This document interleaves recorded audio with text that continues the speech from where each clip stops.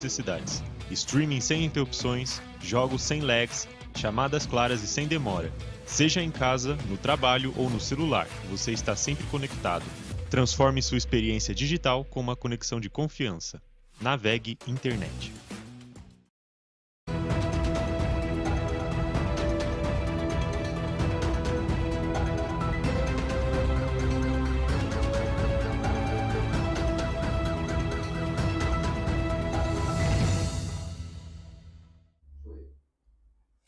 Olá, seja muito bem-vindo. É uma grande alegria ter você conosco neste dia. Uma nova emissora, um novo canal, feito e pensado para levar para você e toda a família muita informação, lazer, cultura e entretenimento. A TVIN sente-se privilegiada pelo carinho de sua audiência. TVIN, de interior, de informação, de inovação. E fique conosco porque aqui você vai saber tudo o que acontece no mundo real, notícias policiais, também política, saúde, tudo o que importa para o seu dia a dia. E você fica conosco a partir de agora, porque o programa Calibre está começando.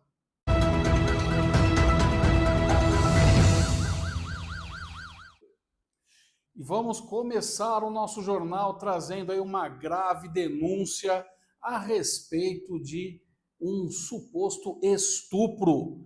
A vítima relatou o abuso que aconteceu durante a corrida pela 99 Táxi. O motorista foi ouvido e liberado e a investigação segue em andamento. Uma mulher de 33 anos denunciou ter sido vítima de estupro por um motorista de aplicativo durante uma corrida em Jundiaí, no interior do estado de São Paulo.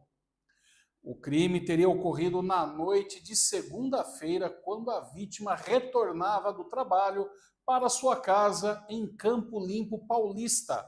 De acordo com o relato da vítima, ela solicitou um carro de aplicativo pela plataforma 99, devido à demora do ônibus e ao valor da corrida, considerado abaixo do habitual.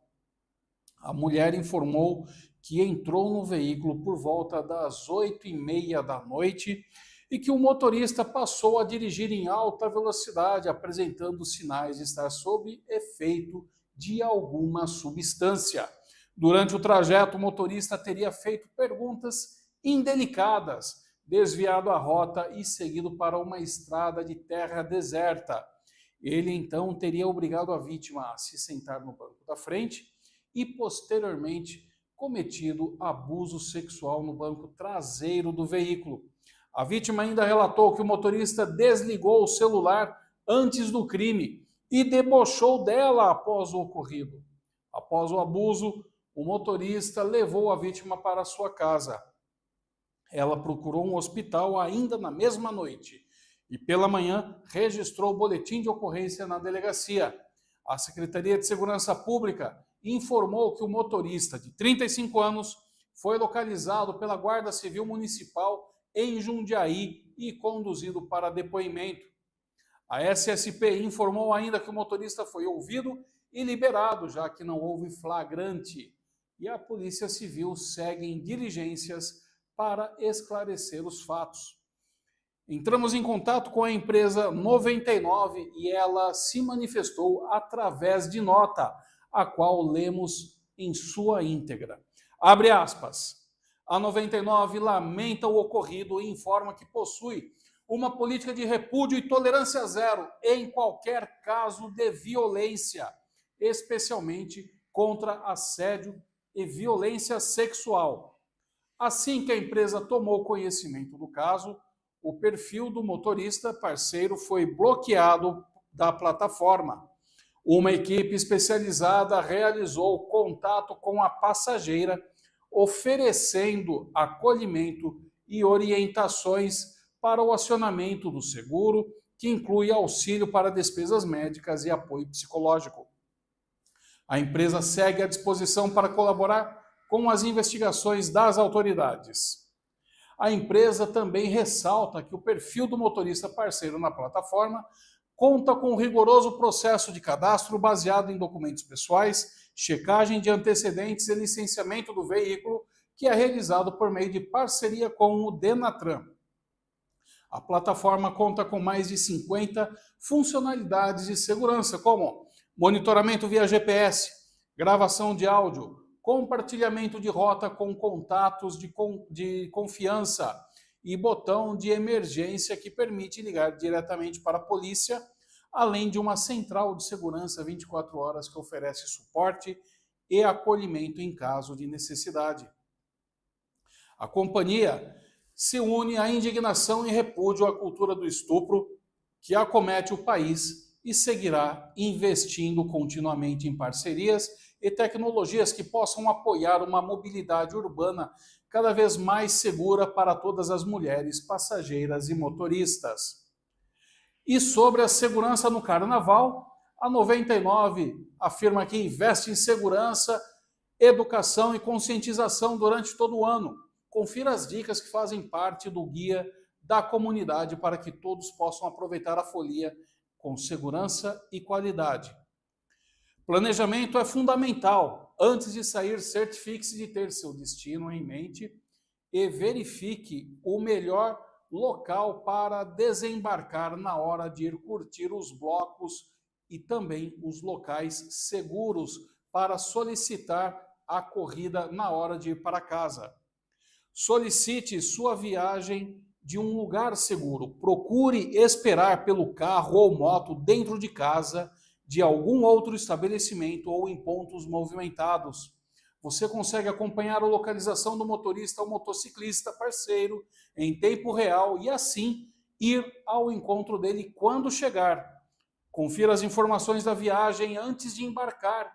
Verifique se a cor do carro, o modelo e a placa do veículo e a foto do motorista ou motociclista são as mesmas que aparecem no aplicativo e peça para o condutor confirmar o nome dele também e também o seu.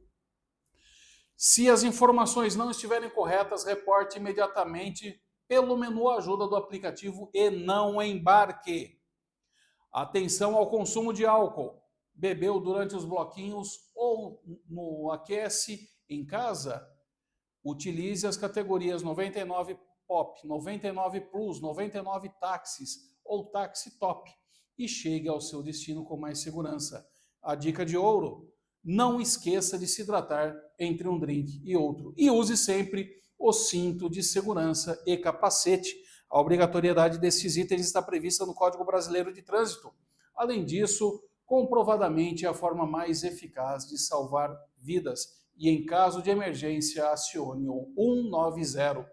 Você tem à disposição um botão de emergência no assistente de segurança, o escudo azul, dentro do aplicativo, que ao ser acionado notifica a polícia através do 190 e compartilha a sua localização em tempo real e as informações da viagem com as autoridades.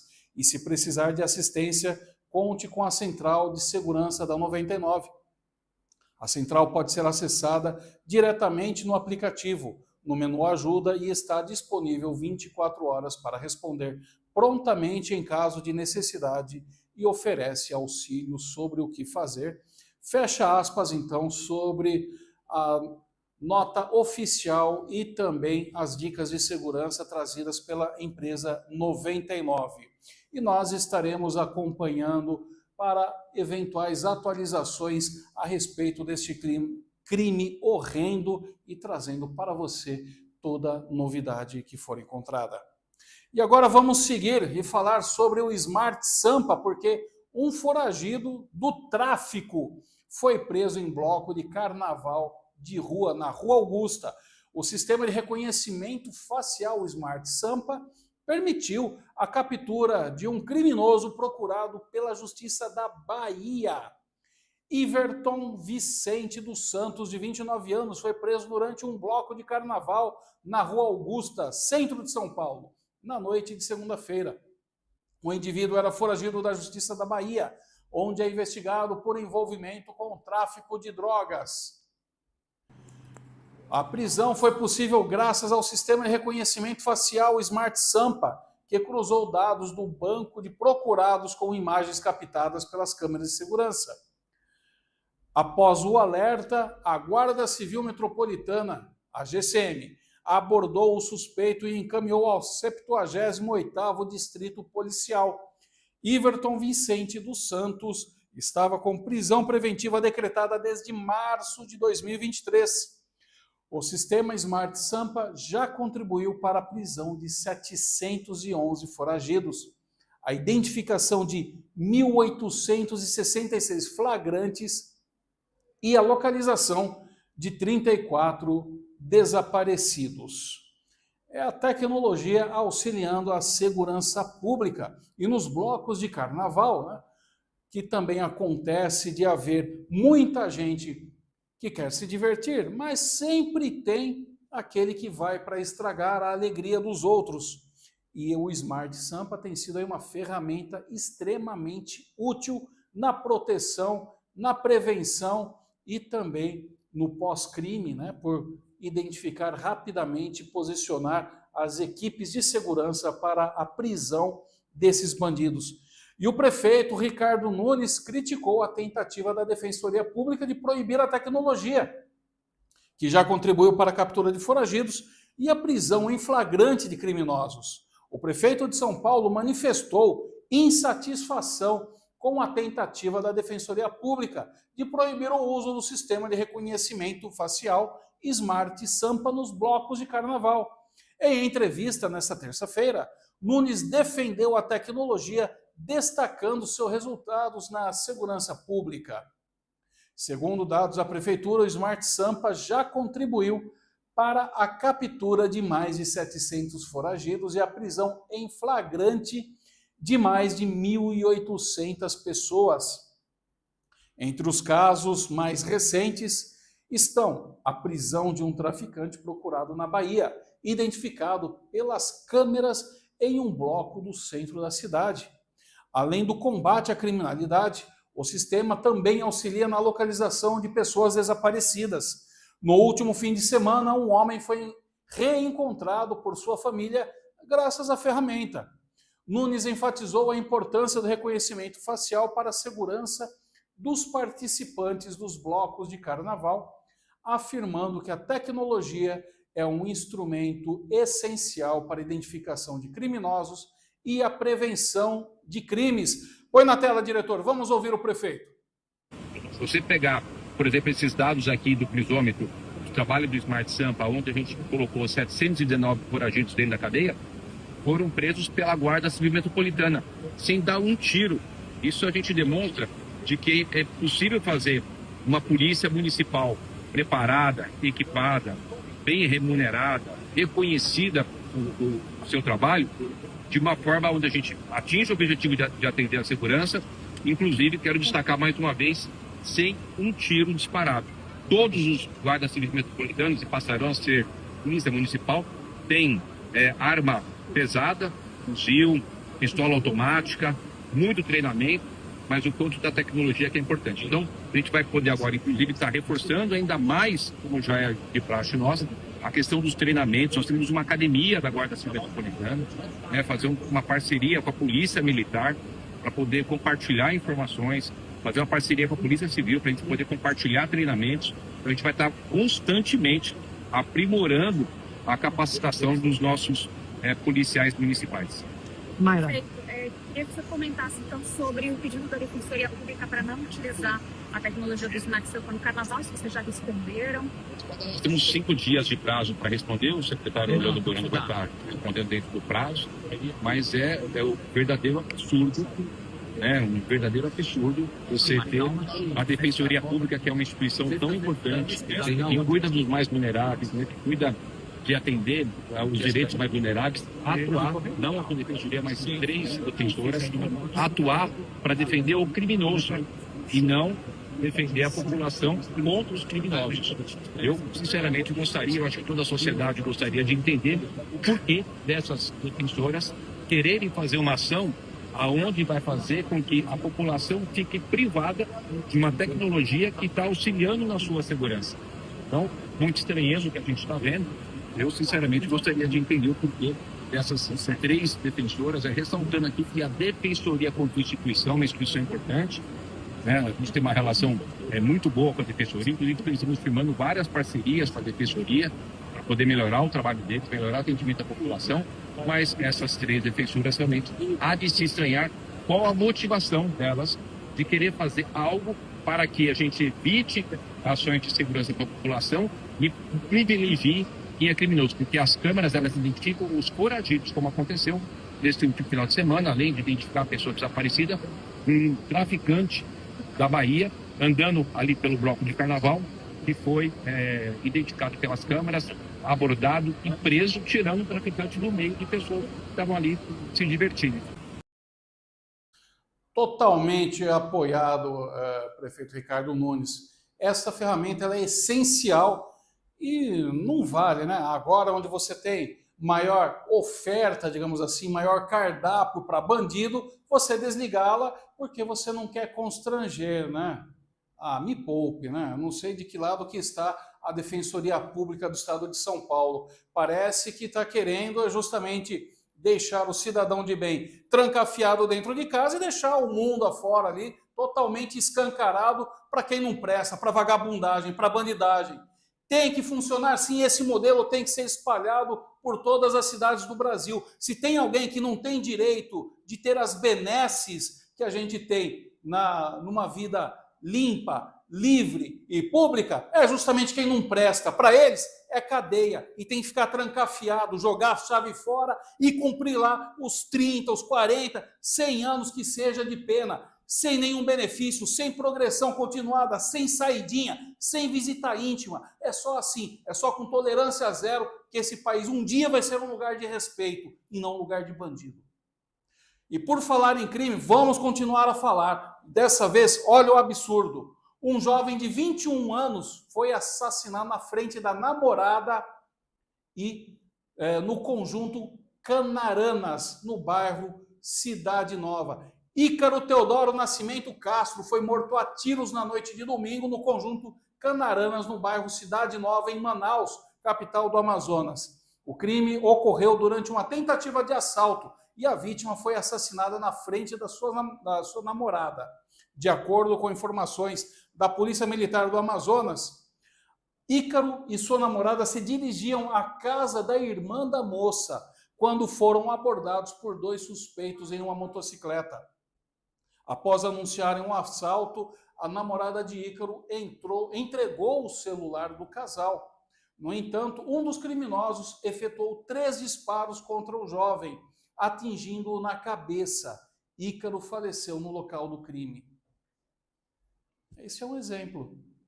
Se a capital de Manaus tivesse uma ferramenta como esta, certamente, muitos desses bandidos já estariam atrás das grades e a população sentiria-se mais segura.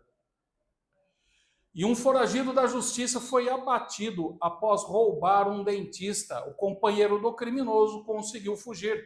Um policial civil reagiu a um assalto e abateu um criminoso na cidade do Guarujá, litoral de São Paulo. O incidente ocorreu após o criminoso e um comparsa roubarem uma dentista de 30 anos.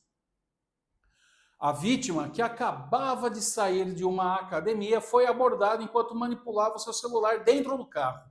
Um policial civil que presenciou o roubo do outro lado da calçada reagiu e efetuou 2 disparos. O criminoso que abordou a vítima tentou fugir com a ajuda do comparsa em uma motocicleta, mas foi alcançado cerca de 600 metros à frente, onde caiu e faleceu. O indivíduo era foragido da justiça, possuía antecedentes criminais por homicídio. Com o criminoso, a polícia apreendeu a corrente da vítima, uma aliança e aproximadamente R$ 1.500 em dinheiro. O assalto ocorreu em uma das avenidas mais movimentadas do Guarujá, conhecida pela violência. A Polícia Civil segue em busca do comparsa que conseguiu fugir. Moradores relataram nas redes sociais um arrastão em um túnel do Guarujá no fim de semana.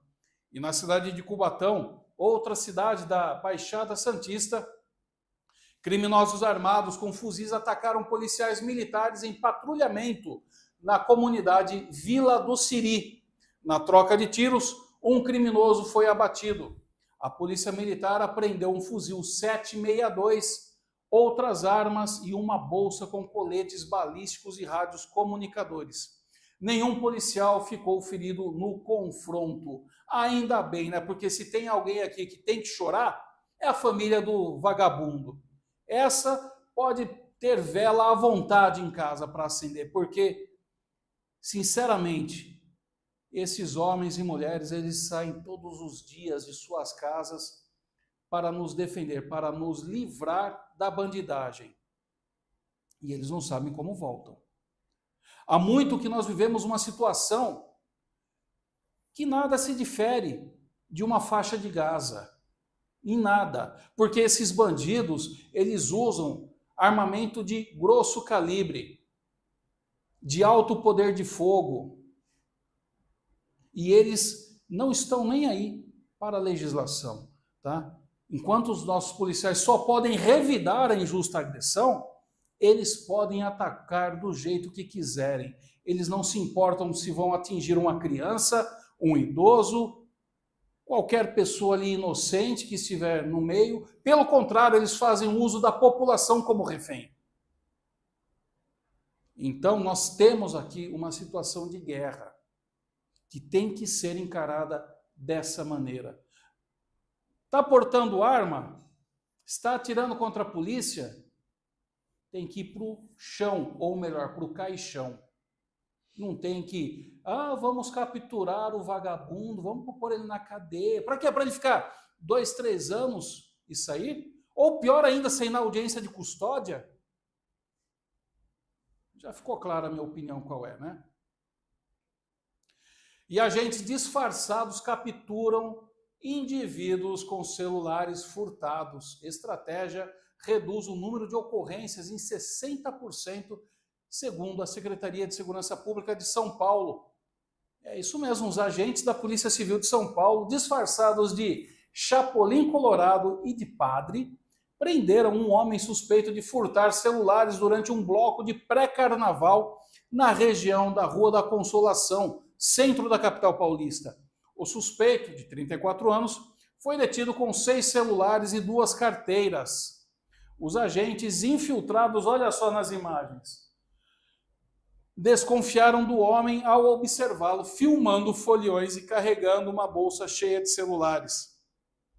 O suspeito foi abordado, detido e encaminhado ao 78º Distrito Policial nos Jardins, onde permaneceu preso por furto. 2 dos aparelhos foram devolvidos às vítimas.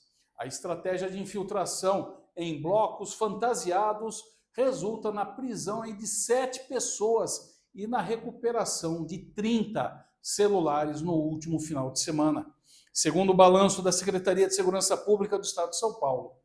Em outra ocorrência, um homem de 37 anos foi detido com 7 celulares furtados em Pinheiros, zona oeste da capital.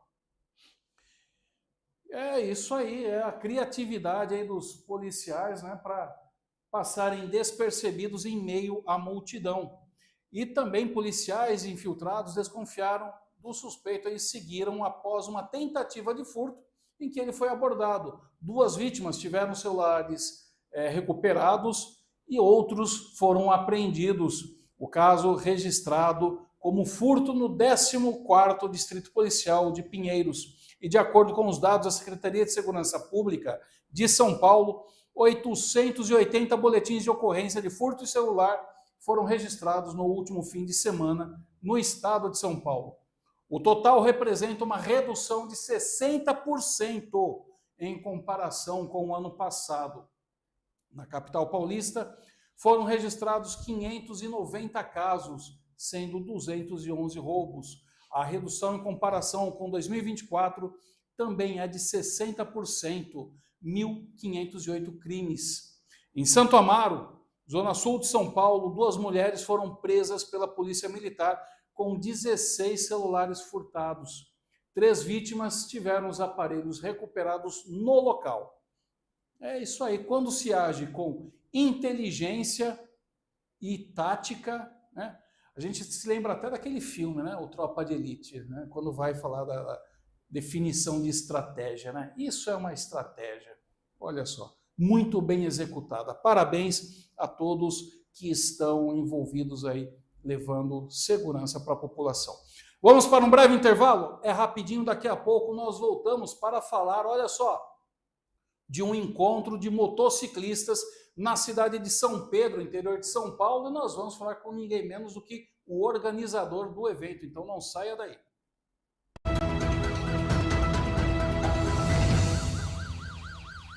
Olá, tudo bem com você? Estou aqui na TVI de segunda a sexta ao meio-dia com muito ziriguidum para você. Vou trazer tudo sobre o esporte todos os dias, de segunda a sexta, sempre ao meio-dia. Então vem comigo, ziriguidum para você.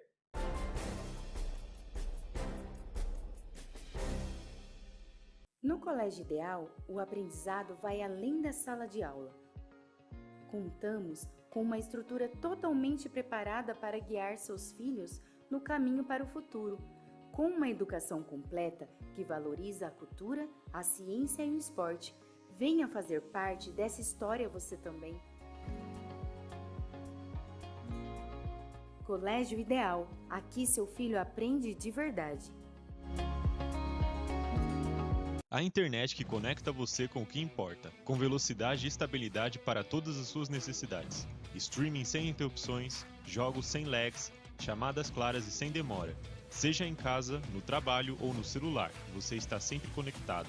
Transforme sua experiência digital com uma conexão de confiança. Navegue Internet.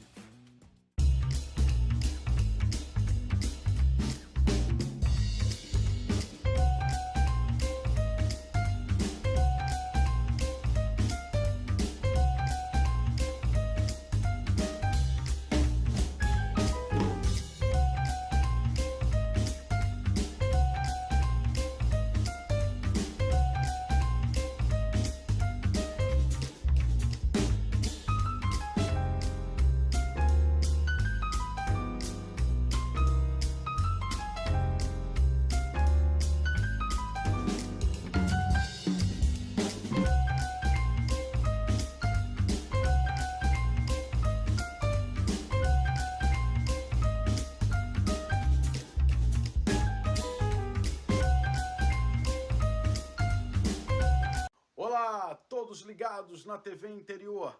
Eu sou o apresentador e jornalista George Roberts, radicado em Nova York, nos Estados Unidos, e agora em parceria com a TV Interior, trazendo o programa George Roberts Talks, entrevistando personalidades de sucesso e que possuem uma trajetória belíssima e são fontes de inspiração. Estarei com você de segunda a sexta, às 20 horas. Não percam! Espero por vocês.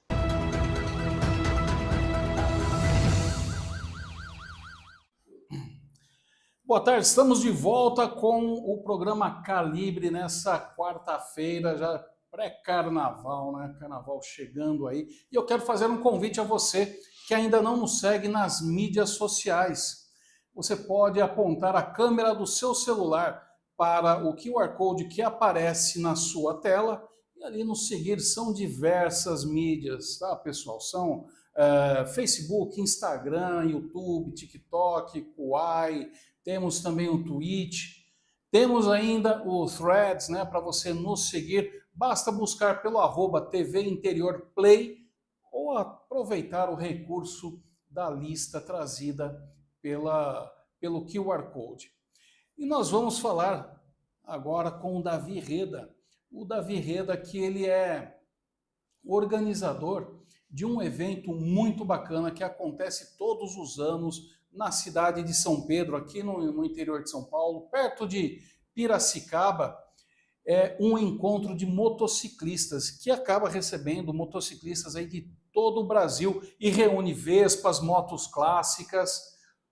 E olha só, subir ou descer as estradinhas da Serra do Itaqueri contemplando suas belas paisagens, já pensou?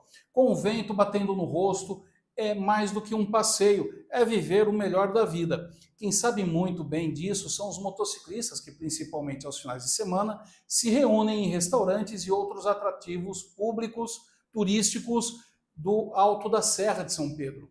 Destino perfeito para amantes dos veículos de duas rodas que anualmente, em julho, cedia um dos maiores encontros de motociclistas do Brasil.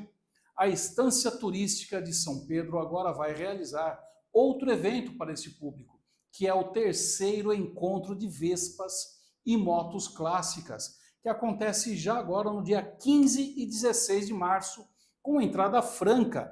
O encontro será na Praça Gustavo Teixeira e contará com exposição de motos antigas, Vespas, Lambretas e, claro, haverá motocicletas de variados modelos, épocas e estilos no estacionamento. O evento contará com 6 shows de bandas, praça de alimentação, espaço kids e lojas de acessórios do segmento. E os visitantes poderão apreciar algumas relíquias de colecionadores de toda a região que ficarão expostas em área coberta. A organização é da Reda Eventos, conta com o apoio da Secretaria de Turismo e Prefeitura de São Pedro. E agora nós vamos falar justamente com o organizador deste evento. Seja muito bem-vindo, Davi. É uma grande satisfação tê-lo aqui conosco para falar desse evento. Para quem é apaixonado por motocicleta, né, como eu sou, aí é um prato cheio, né? E vai ser o dia todo, o fim de semana todo, né? É isso aí, Danilo. Queria te agradecer primeiramente a oportunidade, Danilo e o Programa Calibre, que eles nos dá aqui para divulgar esse evento. Como você falou, dias 15 e 16 de março, sábado e domingo, no sábado a parte da tarde e à noite, domingo o dia todo. Vários atrativos, entre eles shows de bandas, exposições de motos e as próprias belezas naturais que São Pedro e região já oferecem, né? Sim, sim, o lugar é ótimo. Também é muito conhecido pelas águas termais, né, que tem, são justamente muito buscadas até mesmo para a realização daquele chamado turismo de saúde, né? Muita gente vai para lá. E o local conta com uma gastronomia maravilhosa também, né? Além de toda a beleza natural. Mas conta pra gente um pouquinho mais sobre o evento da Visão. São Pedro, a Rede Eventos, que é a nossa empresa, já organiza junto com a Prefeitura a Expo Moto Show, como você citou, que ela sempre acontece no mês de julho.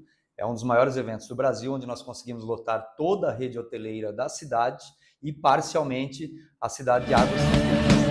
Movimenta todo o comércio de uma forma geral, postos de gasolinas, restaurantes e todo o comércio. E a partir do ano retrasado, a Prefeitura nos chamou também para fazer mais um evento no mês de março, que é justamente esse evento que vai acontecer agora, dias 15 e 16, que é um evento voltado para as motos clássicas, Vespas, Lambretas, o retrô, né? Aquilo que está na moda hoje em dia. E o evento vem a cada ano melhorando, assim como a Expo Moto de julho, trazendo motociclistas de várias partes do Brasil e também já ocupando a rede hoteleira.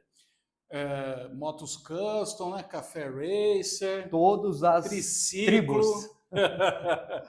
E muito show também, né? Que esse pessoal gosta de uma boa música, né? No dia 15 vai ter, a partir das 14 horas, né? Começa aí o som ambiente e às 15 horas apresenta-se a primeira banda, né? A GTC, depois às 02, às 18 horas, aliás, isso mesmo, a banda 02 às 18 e às 21 a Odisseia, né?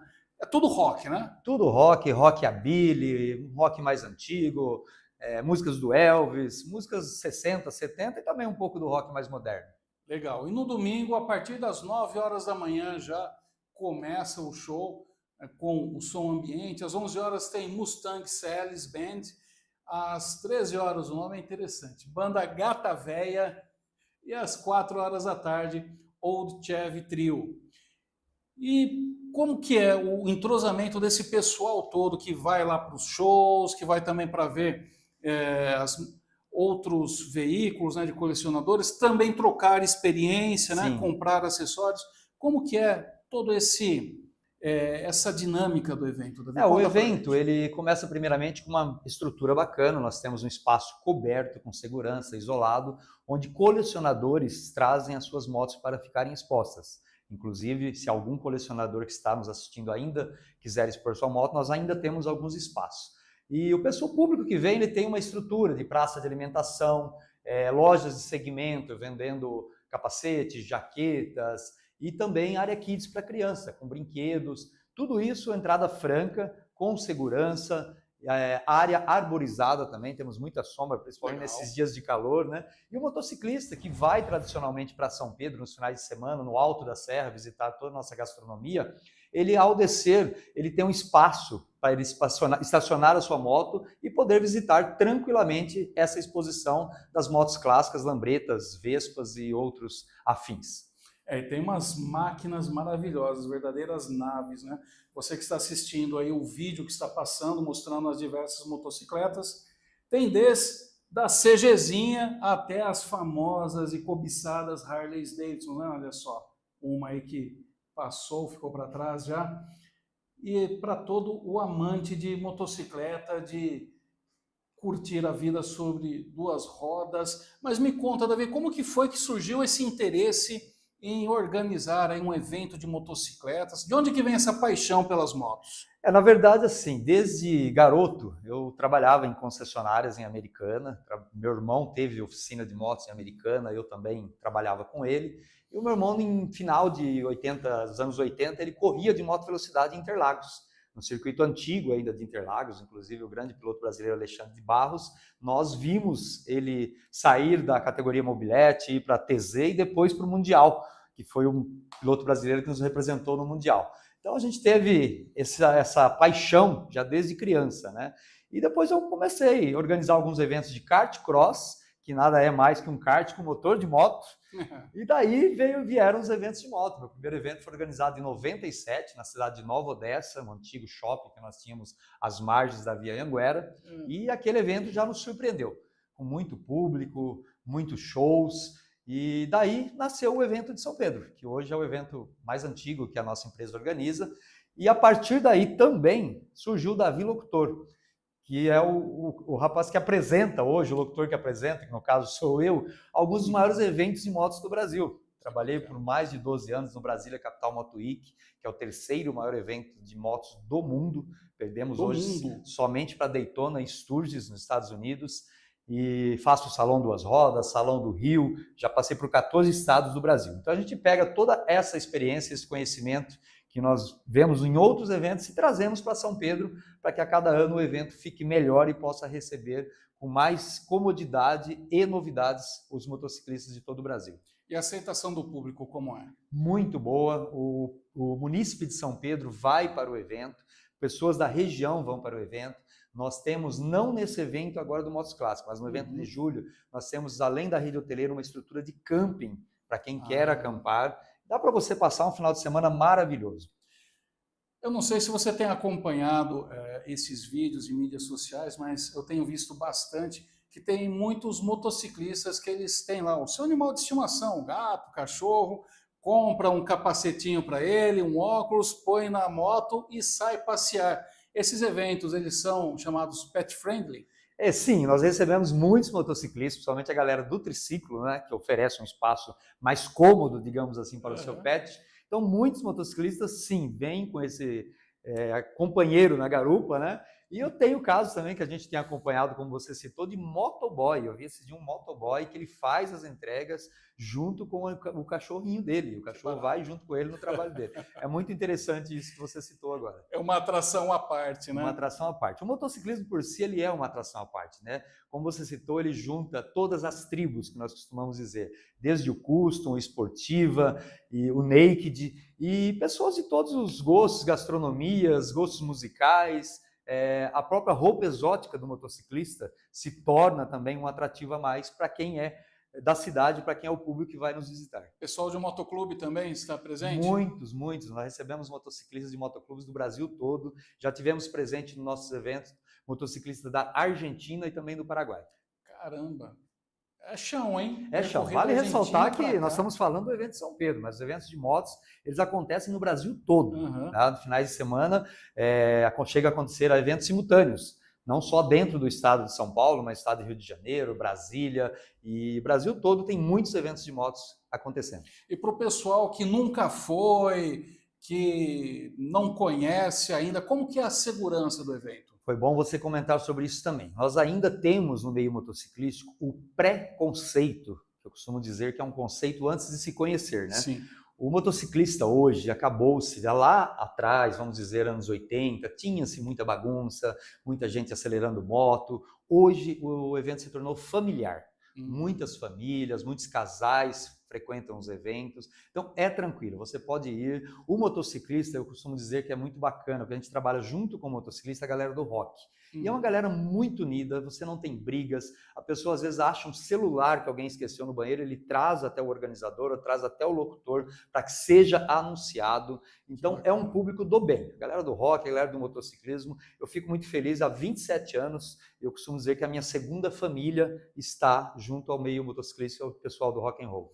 Que bacana. Então você de casa que gostaria de ir, olha, vá despreocupado, vá para se divertir, que é isso que você vai encontrar, né, no local. Vai ter bastante música boa, né? Música boa, de boa qualidade. Não é... deixa para lá. Melhor eu não dizer o que eu penso de alguns estilos musicais, né? Tem bastante gente que gosta, mas que para mim não desce. Mas o rock é maravilhoso, né? Você tem diversas vertentes, né, que vão desde o classic rock, né, até punk rock, sim, mas você não vê confusão mesmo nestes eventos.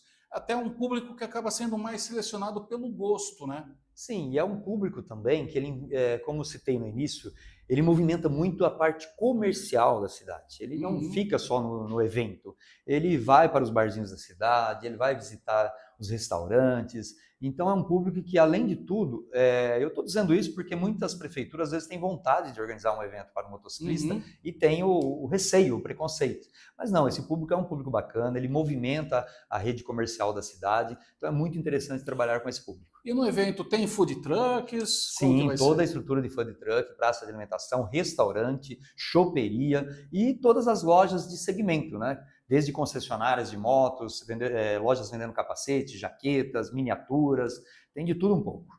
Tá aí, então, anote na sua agenda. Eu vou pedir para o pessoal da técnica colocar na tela o cartaz do evento para você memorizar bem. Faz uma foto, guarda no seu celular, olha só, dias 15 e 16 de março, um sábado e domingo, logo após aqui passar o carnaval, 2 fins de semana, né? O segundo final de semana após o carnaval, você vai ter em São Pedro o terceiro encontro de Vespas e motos clássicas, na Praça Gustavo Teixeira, na cidade de São Pedro. Então, sábado e domingo. Sábado começando às 2 horas da tarde e domingo já de manhã, a partir das 9 horas da manhã. Davizão, muito obrigado pela sua presença aqui no Calibre, obrigado por divulgar conosco este evento. É um evento de lazer, mas também de cultura, né? Com certeza. A cultura do motociclismo, da direção segura e responsável e da boa música, né? Muito obrigado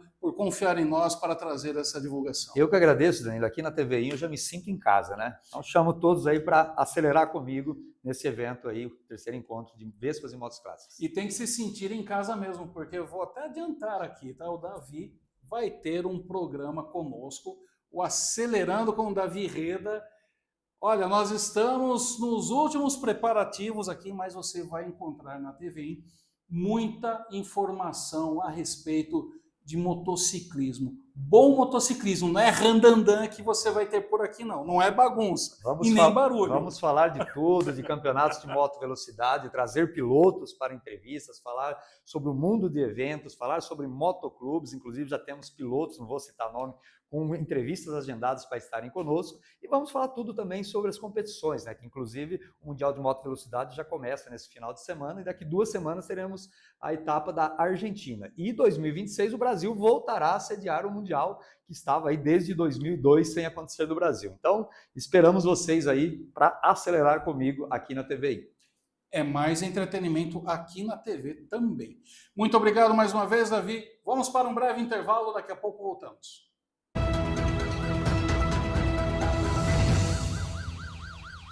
Olá, tudo bem com você? Estou aqui na TVI, de segunda a sexta ao meio-dia, com muito ziriguidum para você. Vou trazer tudo sobre o esporte todos os dias, de segunda a sexta, sempre ao meio-dia. Então vem comigo, ziriguidum para você.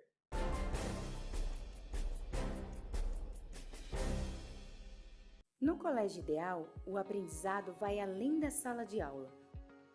Contamos com uma estrutura totalmente preparada para guiar seus filhos no caminho para o futuro, com uma educação completa que valoriza a cultura, a ciência e o esporte, Venha fazer parte dessa história você também. Colégio Ideal. Aqui seu filho aprende de verdade. A internet que conecta você com o que importa, com velocidade e estabilidade para todas as suas necessidades. Streaming sem interrupções, jogos sem lags, chamadas claras e sem demora. Seja em casa, no trabalho ou no celular, você está sempre conectado. Transforme sua experiência digital com uma conexão de confiança. Navegue Internet.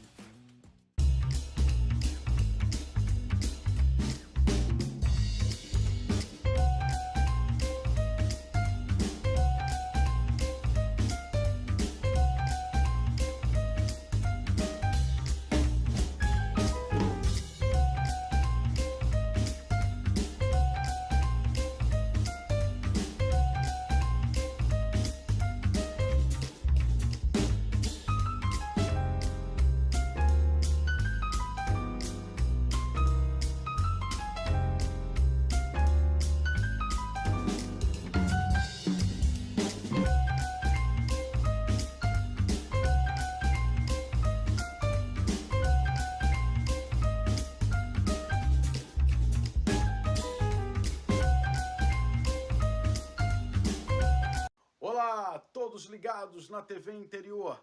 Eu sou o apresentador e jornalista George Roberts, radicado em Nova York, nos Estados Unidos, e agora em parceria com a TV Interior, trazendo o programa George Roberts Talks, entrevistando personalidades de sucesso e que possuem uma trajetória belíssima e são fontes de inspiração. Estarei com você de segunda a sexta, às 20 horas. Não percam! Espero por vocês.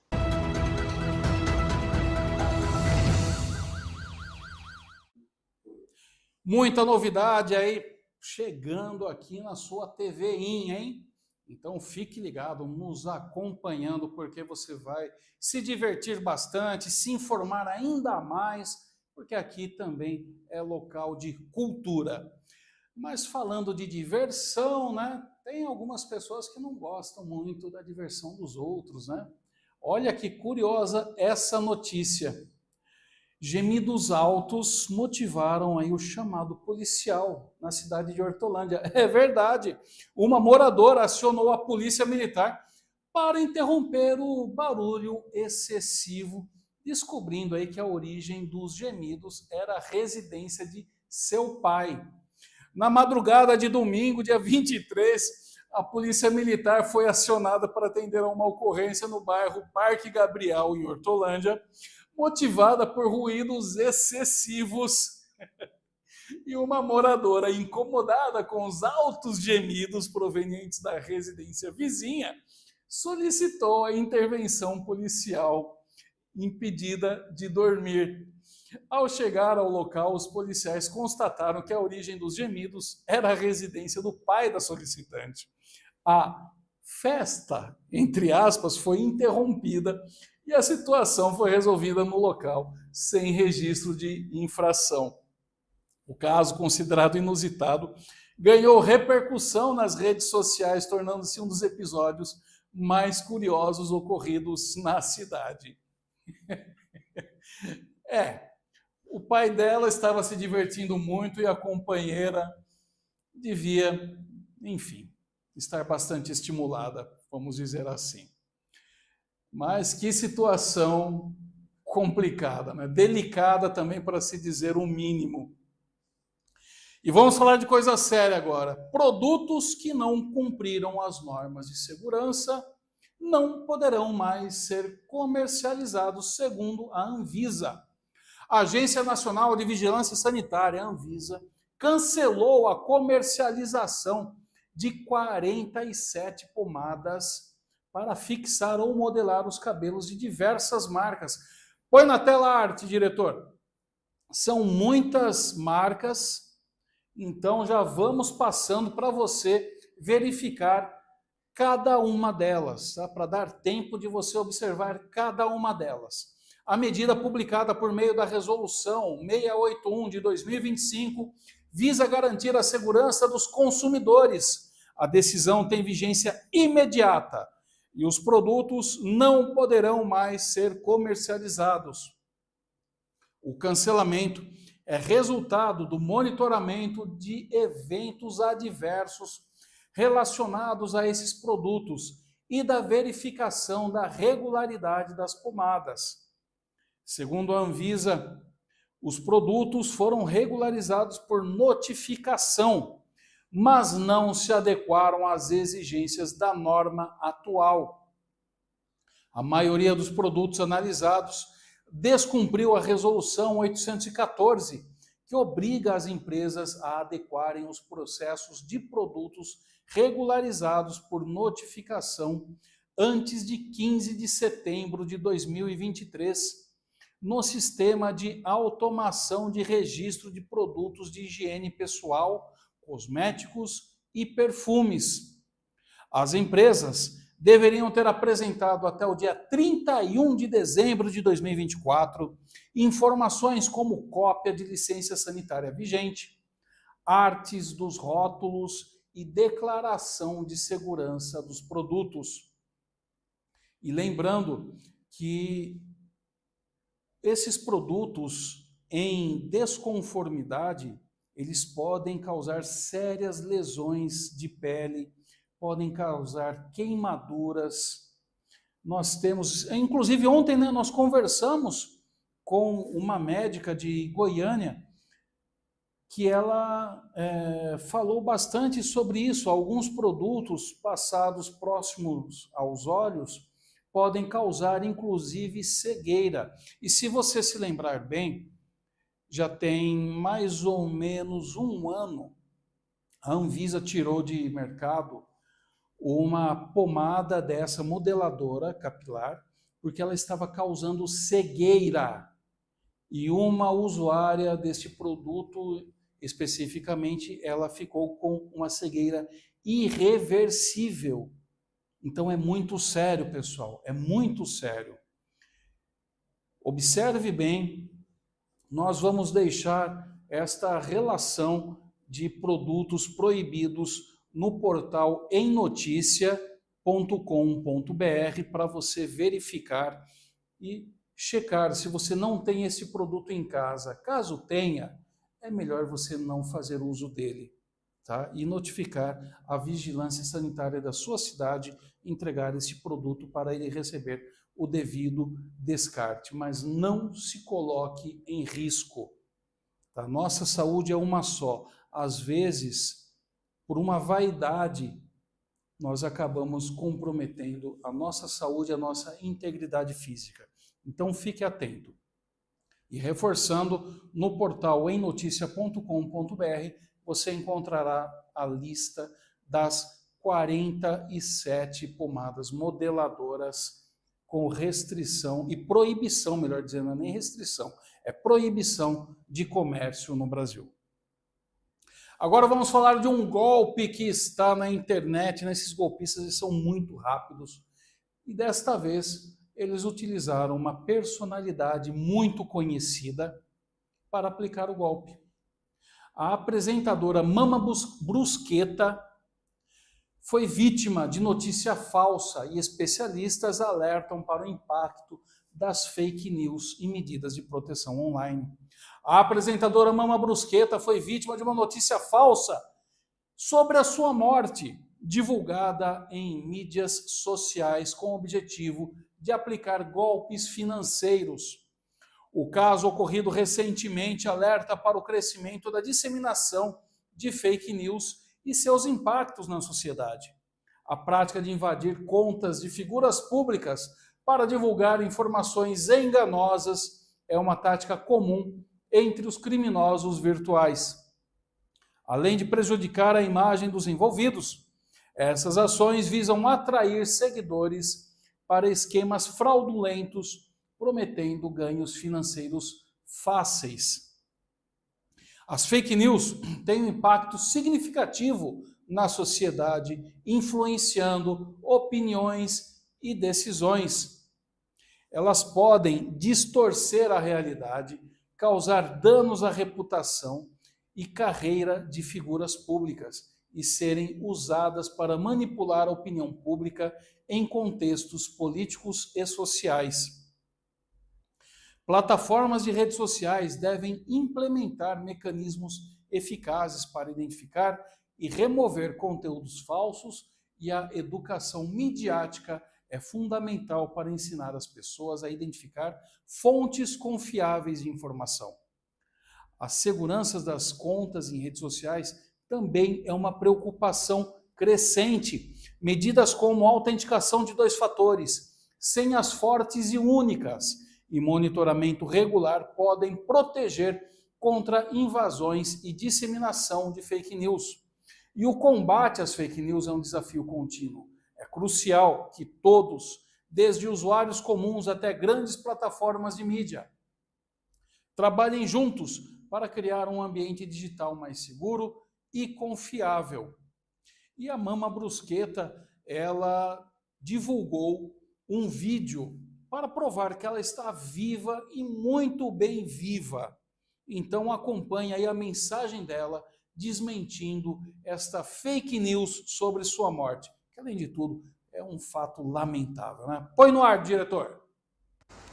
Oi, meus queridos, vocês estão vendo que eu tô viva, viva, não morri não. Isso é coisa de bandido que tá querendo fazer a minha caveira e além do que, hackear o meu Instagram. Só que eles esqueceram que eu tenho contatos que fizeram com que meu Instagram voltasse para mim de novo, como era antes. Então, se você recebeu algum pedido de Pix ou algum outro pedido no meu nome, esquece, é golpe de bandido, tá? Eu não estou pedindo Pix para seu ninguém. Estou feliz que está recuperando os meus seguidores do Instagram. E quem sabe você, que ainda não é meu seguidor, agora entre e me siga também. Beijo para todos. Um beijo para você também, Mama Brusqueta. Que bom que isso é apenas uma fake news, né? Porque ela é um personagem muito conhecido da televisão brasileira, né? Do SBT, ele divertiu já muita gente. E ela tem uma grande legião de seguidores, de admiradores, de fãs do seu trabalho. E a chegada de uma notícia falsa dessa deve ter abalado muita gente. Mas lembrando, não clique em link suspeito, não caia em notícias alarmantes. Existem várias etapas aí que você pode aprender para identificar uma fake news. Uma delas é justamente aquele gatilho, né, utilizado do absurdo, do choque emocional, da breaking news, né, o furo de notícia. Fique muito atento a isso. E verifique, se um fato ele é verdadeiro, ele sai em diversos lugares. Ele sai na mainstream, na grande mídia. Ah, mas eu recebi por WhatsApp um vídeo ou uma informação de texto, uma foto, dizendo a respeito deste fato. Um fato falso. Ah, mas isso me parece conveniente, porque ele vai de encontro com aquilo que eu penso, com aquilo que eu acredito. É melhor você questionar, então, aquilo que você pensa e acredita. Porque teorias conspiratórias, notícias extremamente alarmantes, supostos fatos que causam uma grande comoção social, normalmente isso é fake news e isso pode sim estar atrelado a um golpe. Verifique, dá um Google para saber se aquilo é verdadeiro ou não. Se for verdadeiro, vai sair em diversos veículos de comunicação. Inclusive os grandes eles têm um serviço de apuração, como se diz no meio jornalístico, de checagem de fatos, que é muito sério. Você pode até não gostar de alguns, ou até mesmo de todos, mas não pode negar que jornalismo se faz com profissionalismo. Então,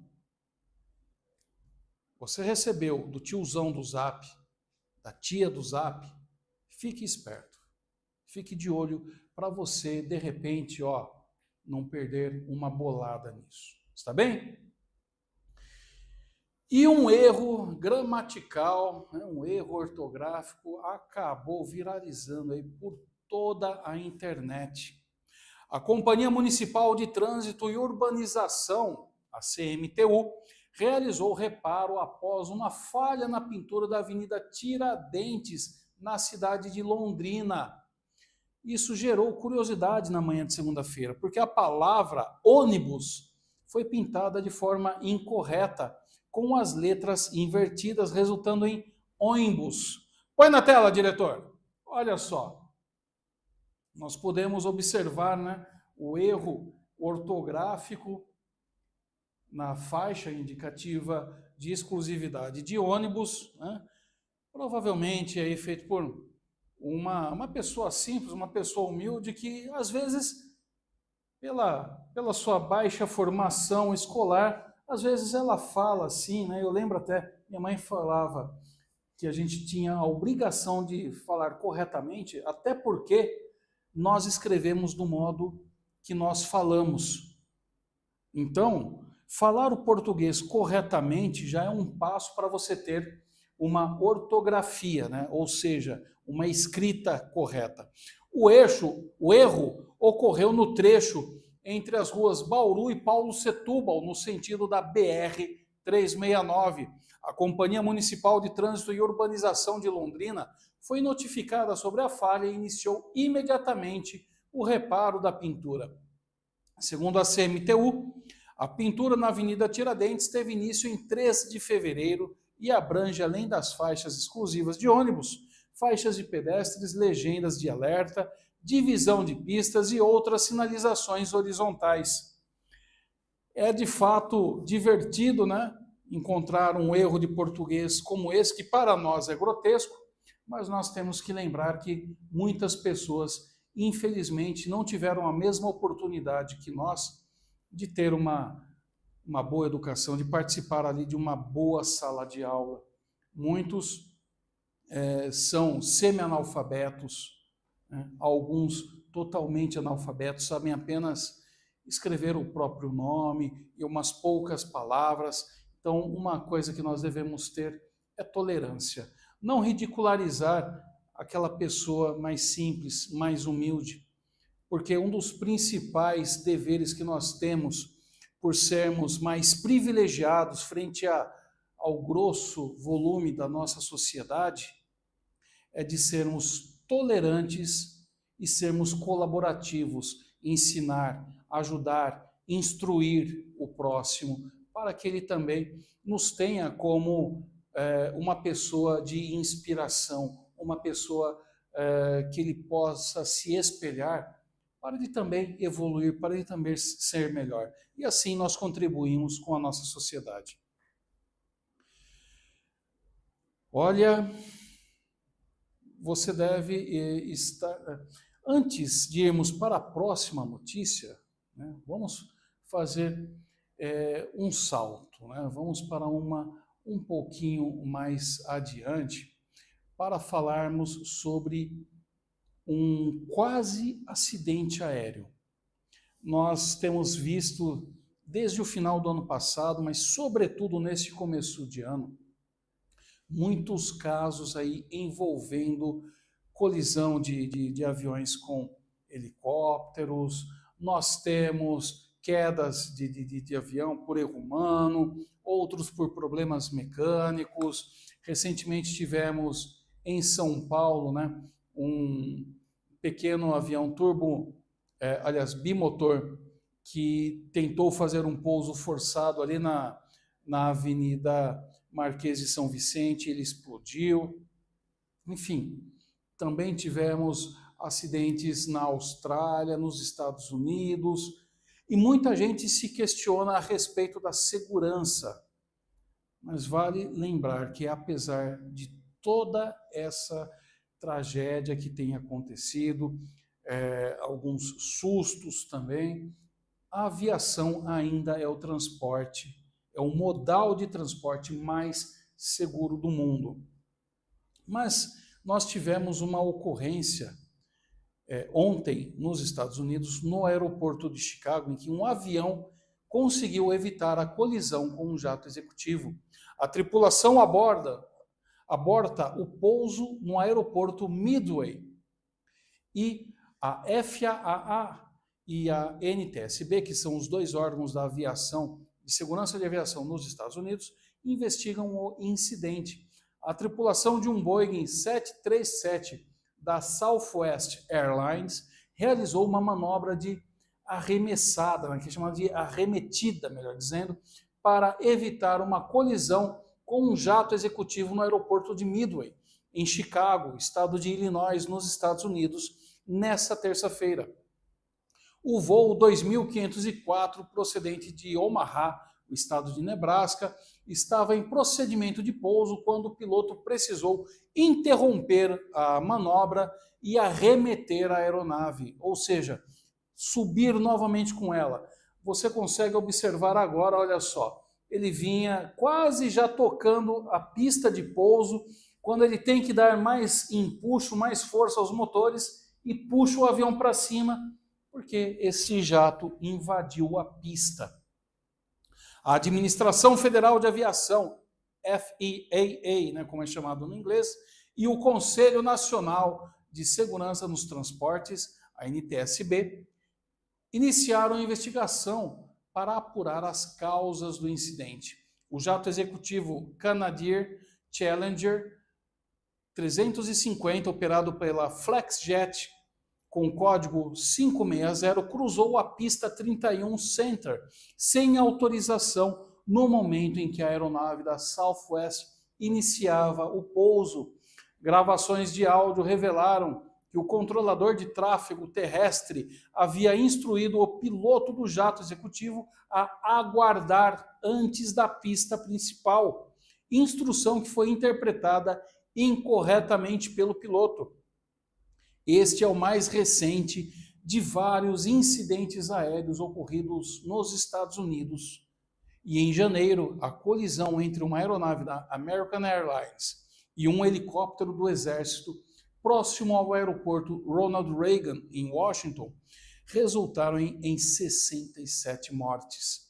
Em fevereiro, um jato regional da Delta Airlines capotou durante o pouso em Toronto, sem vítimas fatais. O sistema de transporte aéreo norte-americano tem sido questionado, especialmente pela escassez de controladores de tráfego aéreo. Especialistas em segurança aérea defendem a implantação de tecnologias adicionais nas pistas para prevenir ocorrências semelhantes, atendendo às recomendações anteriores do NTSB. Que susto, não? Acredito que os passageiros nem notaram, só devem ter estranhado, quando o avião arremeteu e acabaram por ser informados depois, já em segurança, já sobrevoando o aeroporto, deste quase acidente, este incidente durante a aproximação e pouso na pista. E um acidente ocorreu durante um voo de treinamento, mas dessa vez não foi um voo de avião, mas foi um paraglider. Um paraglider pilotado por uma aluna acabou ali perdendo o controle e fez um pouso forçado numa sacada de um prédio. O paraglider, ou parapente, realizou o pouso de emergência na sacada de um apartamento na cidade de Santos, na verdade ali entre Santos e São Vicente, na tarde dessa terça-feira, dia 25. O incidente ocorreu durante um voo de treinamento, quando a aluna perdeu o controle do seu equipamento. Após a decolagem, a aluna sobrevoou a cidade, mas começou a perder altitude entre os prédios. Diante da perda de altitude, a aluna realizou um pouso de emergência na sacada de um apartamento. Apesar do susto, não houve feridos. A Luna e o equipamento sofreram apenas danos materiais. Diretor, põe na tela, por gentileza, com áudio para nós ouvirmos, inclusive, aí as instruções do instrutor do voo. Põe na tela.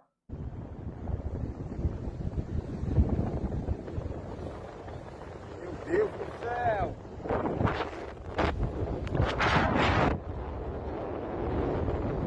Não freia! Deixa voar!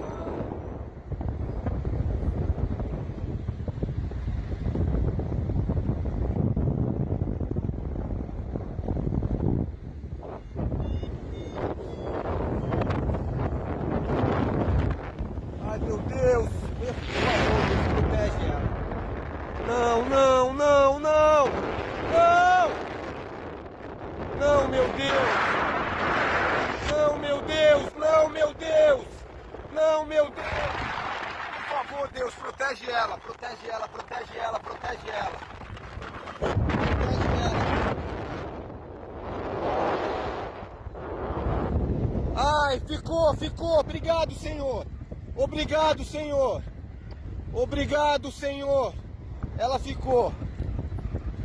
Obrigado, Senhor! Obrigado, Senhor! Obrigado, Senhor!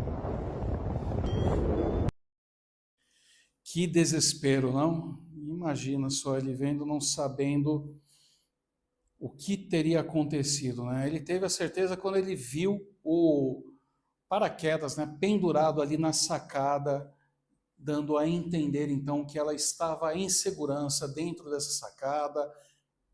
Deve ter se machucado um pouco, né? Que imagina, né? Com certeza ela trombou, né, com ou uma parede, uma porta de vidro. Mas o importante, ficou em segurança.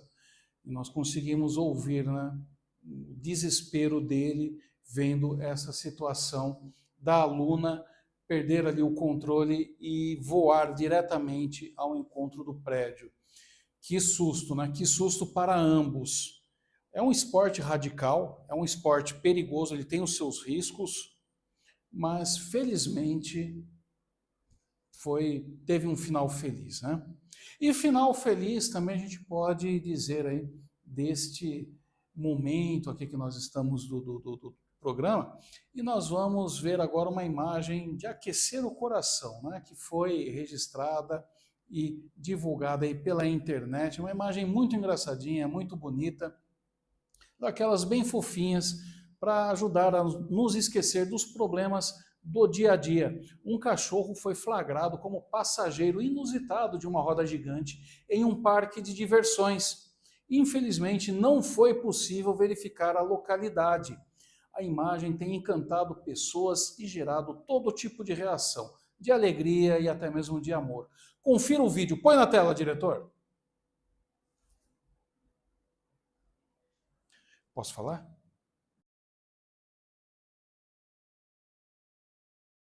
Que eu tive que pular.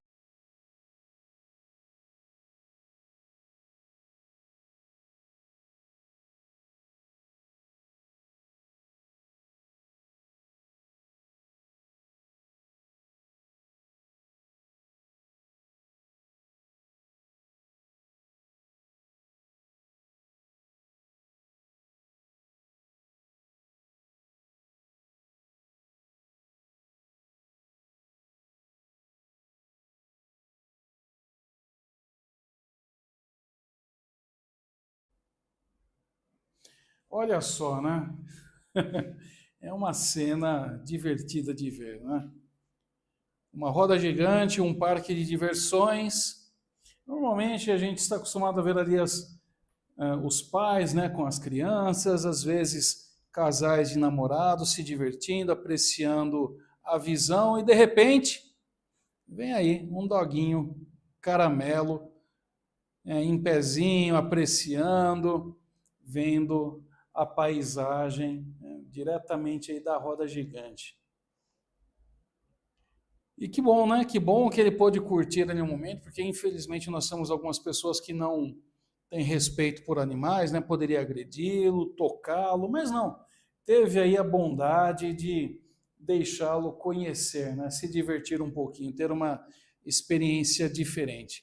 De fato, uma imagem bonitinha, uma imagem encantadora. para aquecer o nosso coração. Mas vamos falar de outra situação que faz também o coração bater mais forte, é justamente o futebol. E hoje nós temos Libertadores da América, né? O campeonato mais importante para os brasileiros e também para os outros habitantes da América do Sul. É o principal campeonato que dá acesso ao Mundial Interclubes. E quem vai nos contar a respeito da disputa de hoje à noite e outras curiosidades do mundo da bola é o Carlos Cabela, do Ziriguidum. Boa tarde, Cabela! Boa tarde, Danilo. Boa tarde a você, boa tarde a todos que estão acompanhando o Calibre nessa tarde de quarta-feira. Olha, hoje à noite tem jogão em Itaquera, hein? É Libertadores da América, o Corinthians entra em campo logo mais às 9h30 da noite contra a Universidade Central da Venezuela. Lá na Venezuela houve empate em 1-1 e o Corinthians precisa vencer, né, para poder passar a próxima fase da Libertadores da América. Deve ter algumas mudanças a equipe do Corinthians, principalmente na lateral esquerda. Na lateral esquerda deve ter uma alteração. O técnico Ramon Dias deve mudar por ali. Não tem certeza ainda que ele vai colocar, mas deve ter ali, por exemplo, Matheus Bidu, que ataca um pouco mais, é um pouco mais forte no ataque. Talvez ele seja o lateral esquerdo do Corinthians logo mais 9h30 da noite. O jogo na Venezuela foi 1-1.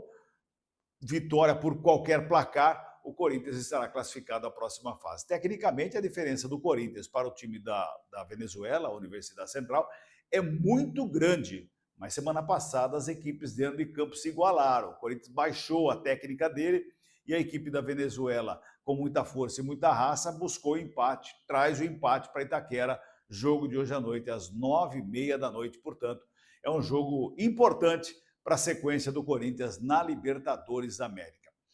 Ontem nós tivemos o Bahia se classificando à próxima fase da Libertadores da América. Venceu o The Strongest por 3-0, jogando na Arena Fonte Nova em Salvador. E essa vitória já coloca o Bahia na próxima fase. Rogério Ceni invicto ainda na temporada. Não perdeu nenhum jogo à frente do Bahia ainda e faz uma boa campanha também na Libertadores da América. Na Bolívia, semana passada, empatou em 1-1 e ontem à noite venceu por 3-0 a equipe do The Strongest jogando em Salvador. Já está na próxima fase o Bahia. Ontem a arena estava lotada, os torcedores do Bahia, como é chamado, né, vão poder festejar muito esse carnaval com essa classificação para a Libertadores da América. E para a gente fechar, Danilo, a gente fala sobre ainda a Libertadores da América. O Boca, tradicionalíssimo, multicampeão da Libertadores da América, está fora. Caiu na pré-Libertadores, depois de perder por 1-0 para o Alianza Lima semana passada no Peru. Ontem, jogando no La Bombonera, empatou em 1-1 e ficou fora da Libertadores da América. Olha só, hein? Como é que ficou a equipe do Boca. Pois é, o Boca era tão temido, agora está fora da Libertadores da América. Agora, Libertadores para o Boca, só o ano que vem, não é?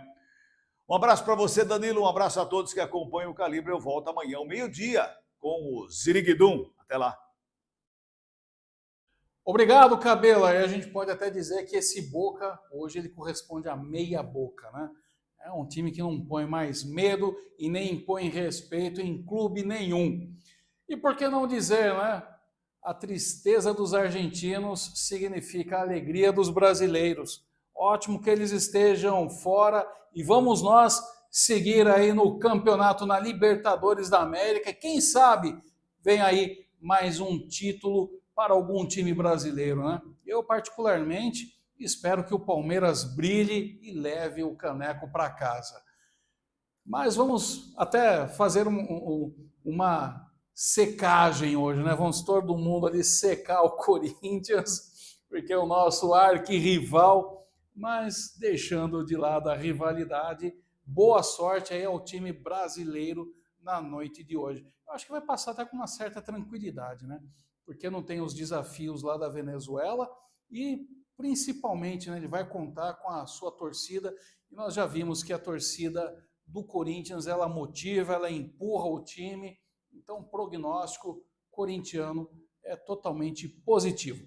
Vamos, aliás, antes de ir para o intervalo, tem a previsão do tempo. Vamos saber como que fica A previsão do tempo para todo o Brasil para esta quinta-feira de carnaval.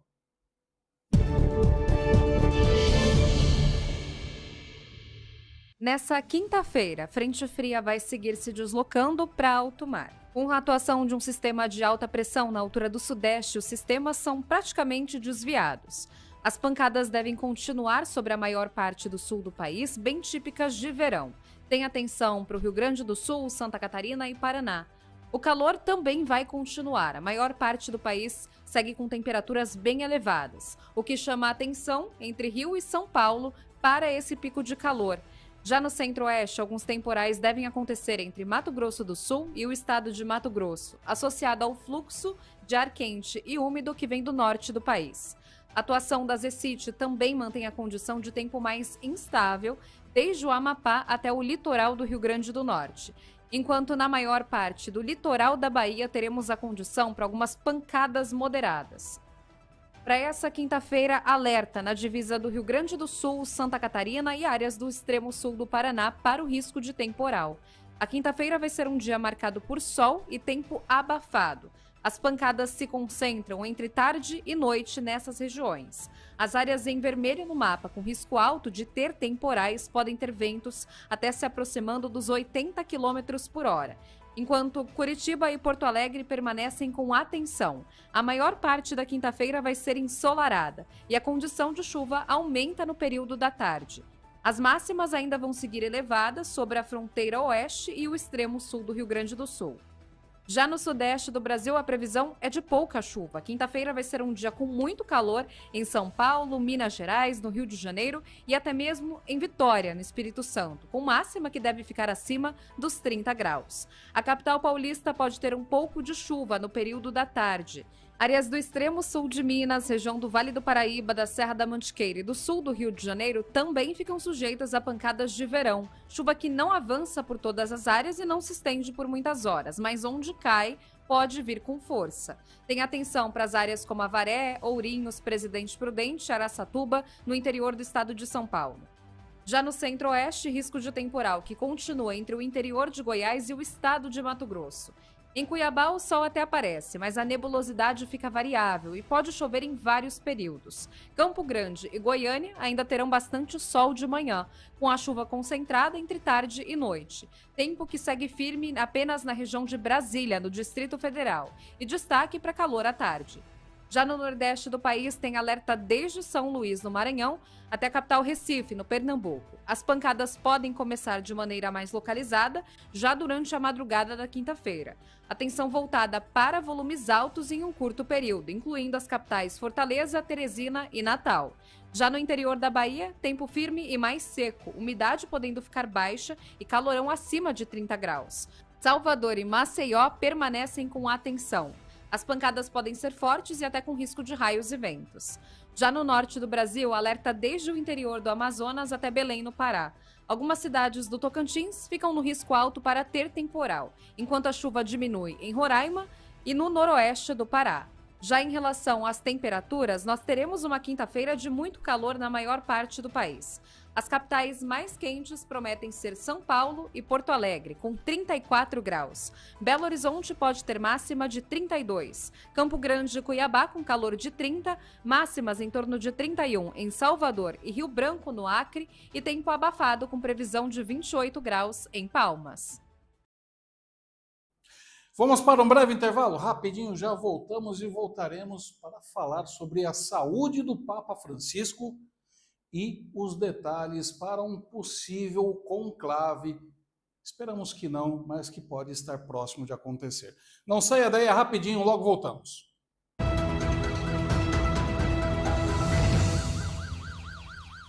Olá, tudo bem com você? Estou aqui na TVI de segunda a sexta ao meio-dia com muito ziriguidum para você. Vou trazer tudo sobre esporte todos os dias, de segunda a sexta, sempre ao meio-dia. Então vem comigo, ziriguidum para você.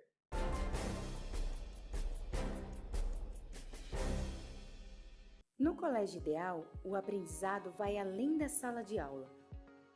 Contamos com uma estrutura totalmente preparada para guiar seus filhos no caminho para o futuro, com uma educação completa que valoriza a cultura, a ciência e o esporte. Venha fazer parte dessa história você também. Colégio Ideal. Aqui seu filho aprende de verdade. A internet que conecta você com o que importa, com velocidade e estabilidade para todas as suas necessidades. Streaming sem interrupções, jogos sem lags, chamadas claras e sem demora. Seja em casa, no trabalho ou no celular, você está sempre conectado. Transforme sua experiência digital com uma conexão de confiança. Navegue Internet.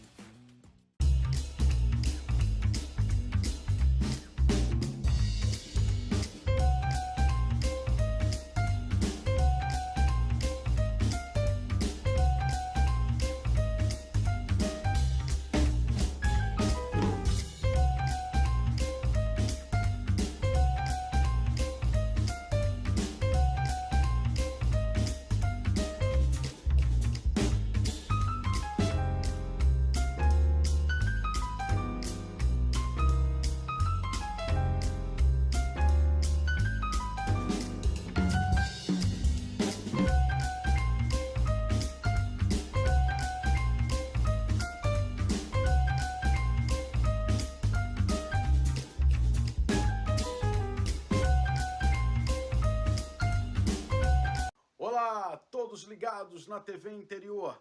Eu sou o apresentador e jornalista George Roberts, radicado em Nova York, nos Estados Unidos, e agora em parceria com a TV Interior, trazendo o programa George Roberts Talks, entrevistando personalidades de sucesso e que possuem uma trajetória belíssima e são fontes de inspiração. Estarei com você de segunda a sexta, às 20 horas. Não percam! Espero por vocês. Olá, tudo bem com você? Estou aqui na TVI de segunda a sexta ao meio-dia com muito ziriguidum para você. Vou trazer tudo sobre o esporte todos os dias, de segunda a sexta, sempre ao meio-dia. Então vem comigo, ziriguidum para você.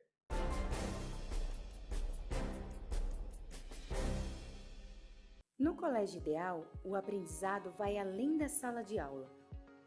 Contamos com uma estrutura totalmente preparada para guiar seus filhos no caminho para o futuro, com uma educação completa que valoriza a cultura, a ciência e o esporte. Venha fazer parte dessa história você também.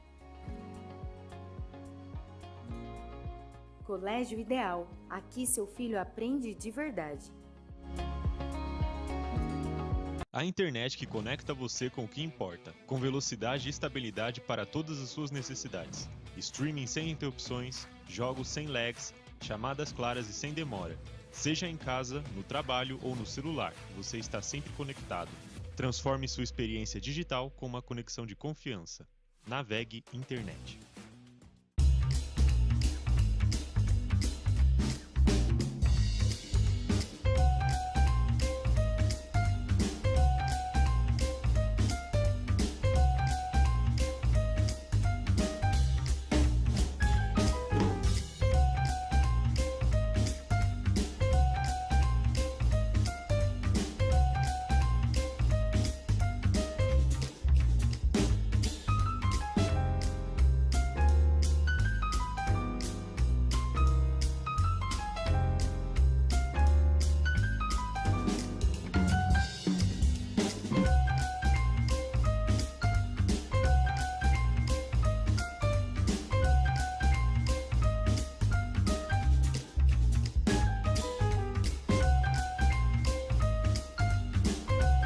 Olá, todos ligados na TV Interior.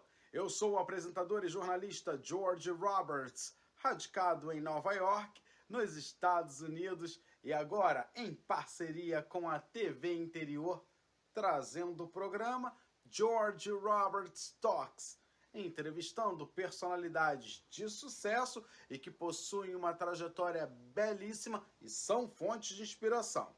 Estarei com você de segunda a sexta, às 20 horas. Não percam!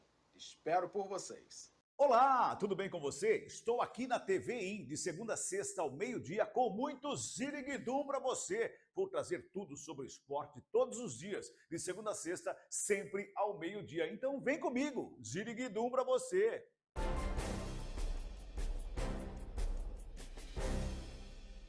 No Colégio Ideal, o aprendizado vai além da sala de aula. Contamos com uma estrutura totalmente preparada para guiar seus filhos no caminho para o futuro, com uma educação completa que valoriza a cultura, a ciência e o esporte. Venha fazer parte dessa história você também. Colégio Ideal, aqui seu filho aprende de verdade. A internet que conecta você com o que importa, com velocidade e estabilidade para todas as suas necessidades.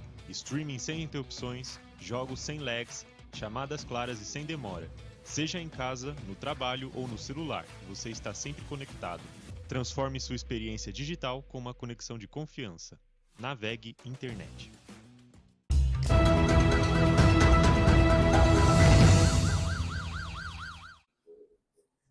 Estamos de volta com o programa Calibre, agora entrando no último bloco e como prometido antes do intervalo, vamos falar sobre a saúde do Papa e um possível conclave que pode acontecer, né? A saúde do Papa Francisco, que enfrenta desafios há anos, tornou-se um tema de preocupação no Vaticano e entre os fiéis católicos ao redor do mundo. Aos 88 anos, Francisco continua a exercer o seu pontificado com empenho, mas não há como ignorar que mais cedo ou mais tarde a Igreja precisará escolher um novo líder. Como sempre acontece nesses momentos, os papáveis começam a emergir como potenciais sucessores. Mas quem são esses cardeais? Que rumos a Igreja pode tomar com um novo pontífice?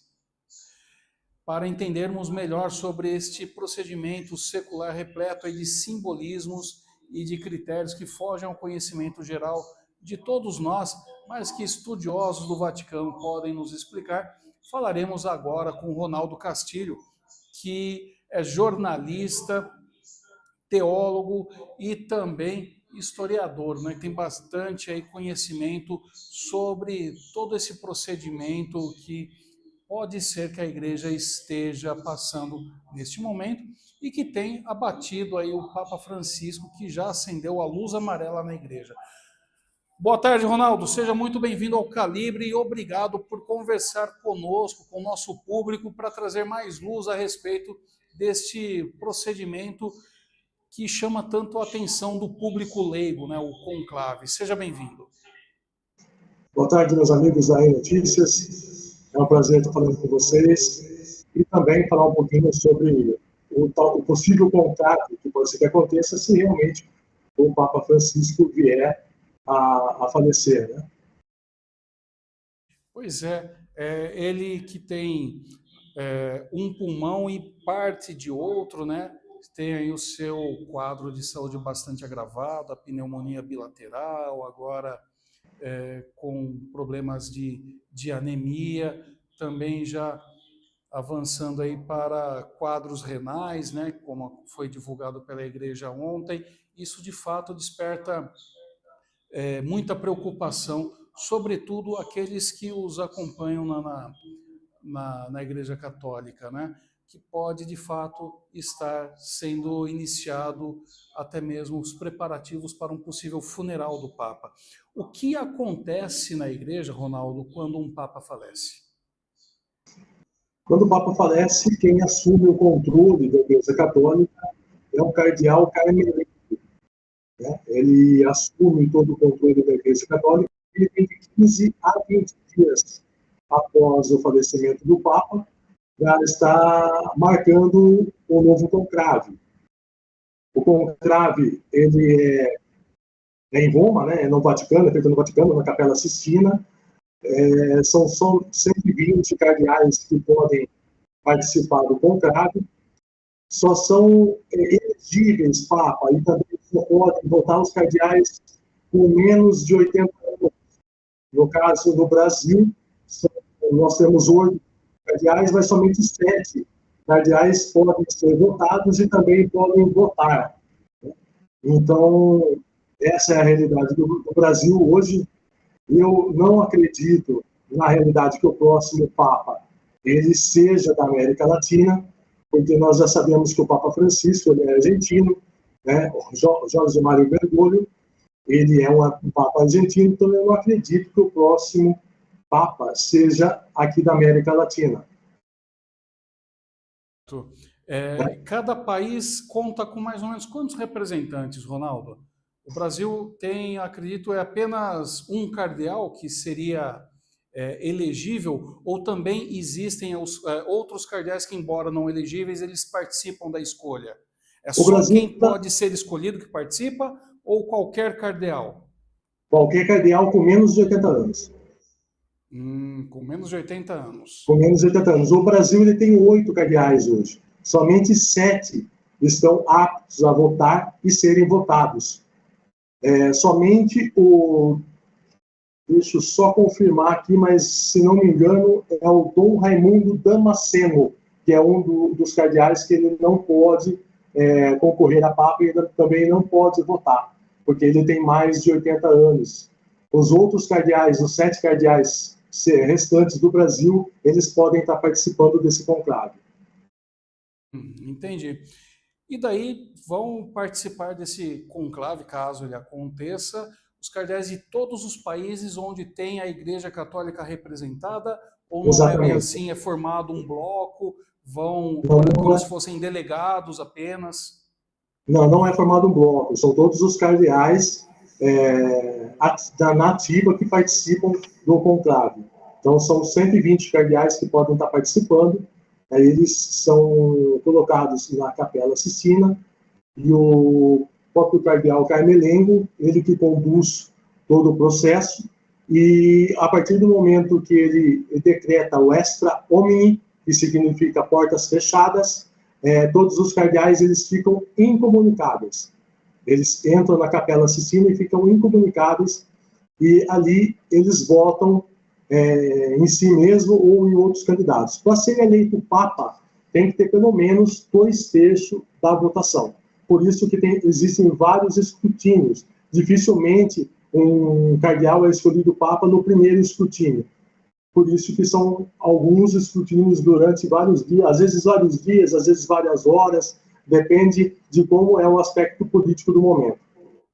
Certo. Ronaldo, eu vou pedir apenas para você abaixar um pouquinho o volume do seu retorno, que eu acho que ele está sendo captado pelo microfone, está dando um pouquinho de eco na sua voz. Né? Ok, já baixei. Joia. Esse procedimento, então, ele é um procedimento secreto, né? Eles chegam, se reúnem, vão para uma sala, essa sala ela é trancada e lacrada, né? Ela recebe um selo, que esse selo Exatamente. só pode ser removido quando o procedimento chega ao final, né? Isso, quando exatamente. solta aquela fumaça branca que ele chega ao final, é isso? Exatamente isso. Exatamente isso. E nós... Pode dizer. E agora a gente precisa ver o que os cardeais eles desejam para a próxima Igreja Católica. Nós temos hoje um Papa progressista, mas precisamos ver o que eles pensam para uma nova Igreja Católica, se realmente o Papa Francisco vier a falecer. Se eles querem uma igreja conservadora ou se eles querem continuar com uma igreja progressista. Entendi. E o que acontece se eles não chegam a um consenso, né? Porque essas votações elas vão acontecendo até que alguém seja escolhido por unanimidade, é isso? 2/3 da votação. 2/3. 2/3 da votação. A partir do momento que chegar o número de 2/3, o Papa é escolhido. Ou seja, seria o que a gente chama aqui na política de um quórum qualificado. Exatamente. Certo. Que isso é para que não tenha aquela maioria simples que poderia significar uma cisão da igreja, né? Exatamente, é bem isso. Porque hoje, na realidade, a escolha do novo Papa, ela impactua todo o aspecto global, né? Os desafios, a crise de fé que está acontecendo na Europa, o crescimento do secularismo e o avanço de outras religiões. Além disso, temas como desigualdade social, a questão ambiental, os conflitos internacionais, tudo isso está na pauta do Vaticano. Seja quem for escolhido, ele será o Papa que liderará quase 1,3 bilhão católicos do mundo todo. Então será uma voz, o Papa ele é uma voz influente no cenário mundial. Então a próxima eleição papal não definirá apenas o futuro da Igreja Católica, mas também os caminhos da espiritualidade, um mundo cada vez mais dividido e transformado. Ao contrário, é um processo pelo qual a Igreja Católica passa para escolher um novo líder. E esse novo líder, além dele ser o Papa, um líder espiritual, ele também é um chefe de Estado, porque o Vaticano é um país. Apesar de ele estar dentro da Itália, ele é um país. Então, o Papa, ele é um chefe de Estado, ele é considerado como chefe de Estado. Então, ele representa, não só a Igreja Católica, mas ele representa o Estado do Vaticano perante a outros países. Seria correto, então, nós dizermos que dentro deste que possivelmente seja o menor país do mundo, o Papa, enquanto chefe político, ele se compara a um monarca? Exatamente, exatamente. Porque então, ele só sai do poder se ele renuncia, como foi o caso do Papa Bento XVI, o Joseph Ratzinger, né, que renunciou e o Papa Francisco foi eleito e assumiu, ou quando ele realmente morre, como aconteceu com a maioria dos papas, né, com João Paulo II, com outros papas, né, com João XXIII e assim sucessivamente. Ou seja, o Vaticano, o Papa, ele tem no Vaticano outros membros da Igreja que acabam desempenhando também um papel político, como se fossem, fugiu o termo agora, dos senadores, alguma coisa assim. Aliás, não seria esse o termo, seria representantes internacionais, me fugiu agora o termo. Os embaixadores. Que seria o equivalente ao nosso Itamaraty. Embaixadores. E embaixadores, isso. Ele tem, então, esses que executariam a função de um embaixador na ONU e em outros países para justamente criar aquela política de amizade entre as nações e o Vaticano, não falando Igreja Católica, mas o Estado do Vaticano. Exatamente isso, Danilo. Tanto é que um dos possíveis papáveis, vamos dizer assim, é o atual secretário de Estado do Vaticano, que é o cardeal Pietro Parolin, da Itália. Ele é um cardeal que ele é bem aceito entre os conservadores e também entre os progressistas, e ele é o atual secretário de Estado. Ele que representa o Vaticano politicamente a nível de relações exteriores. Ele é um diplomata da Santa Sé. Por mais de 30 anos, ele vem desempenhando um papel importante dentro do Vaticano. Inclusive, ele foi cardeal na Venezuela, um país que a gente vê a situação, é um país totalmente de esquerda, né? E ele foi cardeal lá, e então hoje ele atua como secretário de Estado. Então ele é um dos possíveis papáveis, vamos dizer assim. Nós falamos que os considerados que podem ser papas, né? A gente chama de papáveis. Coisa que aconteceu, na realidade, com Jorge Mário Bergoglio, que é o Papa Francisco. Quando teve o conclave para escolher o Papa Bento XVI, ele ficou em segundo lugar. O Joseph Ratzinger venceu a disputa e se tornou o Papa Bento XVI, mas o Jorge Mário Bergoglio já tinha ficado em segundo lugar nas votações. Interessante esses bastidores, né, da escolha do Papa aqui. É ainda algo muito, muito diferente. Teve até um filme, né, que tratou sobre isso recentemente. Confesso que não pude assisti-lo ainda, mas ele ilustra com um pouco de fato e muito de ficção, ou é por ali mesmo que caminha, é aquilo que acontece quando se fecham as portas e eles começam a fazer, vamos chamar assim, as suas campanhas, né? A trabalhar por um nome ou outro para fazer esse processo de convencimento, que é muito político, né? Diga-se de passagem. Exatamente. É mais político do que espiritual, eu acho. Isso na minha opinião, na minha concepção. Porque ali é política pura. Porque dependendo de como você escolhe o Papa, o futuro da Igreja Católica e o futuro do mundo espiritual a nível católico é desenvolvido conforme o Papa é escolhido. Se você escolhe um Papa progressista, vai continuar da mesma maneira que o Papa Francisco vem introduzindo a política do Vaticano. Se você coloca um Papa conservador, muda completamente a estrutura de trabalho, muda totalmente os rumos da Igreja Católica. No mundo todo, não é só simplesmente na Itália, ou no Vaticano, ou no Brasil. Ela muda a política no mundo todo. Por isso a importância de você escolher um Papa conforme a Igreja Católica quer. E qual o caminho que a Igreja Católica quer tomar? Entendo. E hoje, Ronaldo, de acordo com tudo que você observa, que você lê, até mesmo que você conversa com outras pessoas que tenham essa vivência mais aprofundada, sobretudo observando Roma, você diria que o próximo Papa ele teria que perfil na sua visão? Eu acho complicado ainda a gente falar sobre isso, porque são vários candidatos em potencial para ganhar as eleições, vamos dizer assim, para ser eleito Papa. Como eu já disse, tem o cardeal italiano Pietro Parolin, que é o secretário de Estado. Ele ele é aceito tanto por conservadores como por progressistas, né? Para ficar mais fácil para o entendimento do povo. Os conservadores são mais de direita, os progressistas são mais de esquerda. Tem o cardeal também italiano Matteo Zuppi, que é considerado um dos mais próximos da linha progressista, mais parecido com o Papa Francisco. O Zuppi tem se destacado muito por sua atuação diplomática, especialmente na mediação de conflitos internacionais. Nós temos também um progressista moderado, que é o cardeal da Hungria, o Pert Erdogan, é um dos representantes do pensamento mais conservador dentro da igreja, mas ele é um progressista moderado.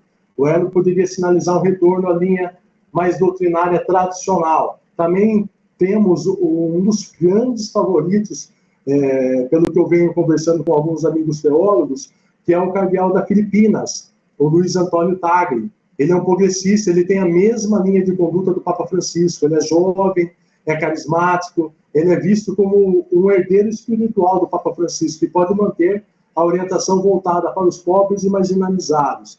Temos na linha conservadora o cardeal de Guiné, Robert Sarah, que é um dos mais conservadores entre os papados, entre os possíveis papas. Sarah defende um retorno a valores mais rígidos da doutrina católica e poderia agradar setores mais tradicionais.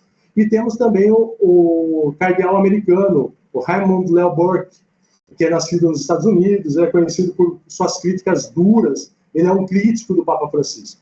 Ele se opõe às diversas reformas implementadas pelo atual Papa, incluindo o acolhimento da comunidade LGBT e as flexibilidades das regras para os divorciados que desejam comungar e diálogo interreligioso. Então, nós temos aí várias vertentes que podem ser consideradas os papáveis, podem ganhar as eleições. Então, depende muito de como os 120 cardeais estão vendo o rumo da Igreja Católica. Se eles estão gostando realmente do papado do Papa Francisco, das atitudes que o Papa Francisco tem, ou se de repente eles querem um outro caminho para a Igreja Católica. Então, tudo isso depende da política que é imposta dentro do conclave. Dentro do conclave, o voto ele é secreto, mas os cardeais eles podem conversar entre si, eles podem se reunir entre si, eles podem conversar. E, então, assim, não é uma coisa proibida a conversa. Então, eles podem articular muito dentro desse conclave. A gente brinca, que a gente fala que a gente já viu o cardeal entrar papa e sair cardeal, né? Então, ele entra como favorito e, de repente, nada acontece, né? Um outro papa, um outro cardeal consegue a eleição de papa. Então, assim, quando João Paulo II, que é o Karol Wojtyła, foi eleito em 1978, porque em 1978 nós tivemos 3 papas. Foi o ano dos 3 papas, né? Porque o João Paulo I ele ficou somente 30 e poucos dias, 33 dias, se não me engano, no papado. Então, nós tivemos 2 conclaves em 1978.